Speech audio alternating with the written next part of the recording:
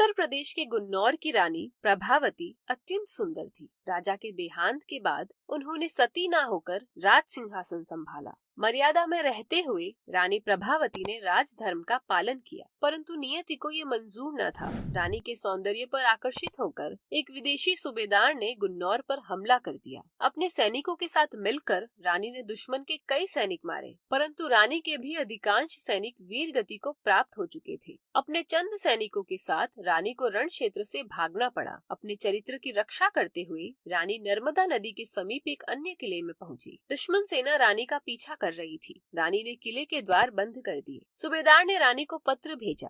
रानी प्रभावती, मैं तुम्हें हानि पहुंचाने नहीं आया हूँ। मैं बस तुमसे निकाह करना चाहता हूँ। मैं तुमसे निकाह करके जहाँ की सारी खुशियाँ देना चाहता हूँ। अगर तुम मेरी बेगम बनने के लिए राजी हो जाओगी तो मैं ताउम्र तुम्हारी खिदमत करूँगा। पत्र पढ़कर रानी प्रभावती ने सूबेदार से निकाह करने के लिए हाँ कर दी, परंतु रानी ने एक दिन का समय मांगा। उस एक दिन में रानी ने सूबेदार के लिए एक शेरवानी तैयार करवाई। रानी की शर्त के अनुसार सूबेदार को वही शेरवानी पहनकर निकाह के लिए प्रवेश करना था। सूबेदार ने रानी की शर्त मान ली। विष लगी शेरवानी को जैसे ही सूबेदार ने पहना तो उसके शरीर पर जलन होने लगी। धीरे धीरे उसका शरीर नीला पड़ने लगा। सूबेदार समझ न पाया कि उसकी शेरवानी विष लगाकर तैयार की गई थी। घायल अवस्था में सूबेदार किले में प्रवेश करता है। माँ दुर्गा सा रूप धारण किए रानी प्रभावती उसी क्षण अपनी तलवार से सूबेदार का वध करती है। सूबेदार के सैनिक रानी को कैद करने के लिए दौड़े, परंतु उससे पहले ही रानी ने नर्मदा नदी में छलांग लगाकर खुद को समाप्त कर दिया। गुन्नौर में आज भी देवी स्वरूप रानी प्रभावती की प्रतिमा की पूजा की जाती है।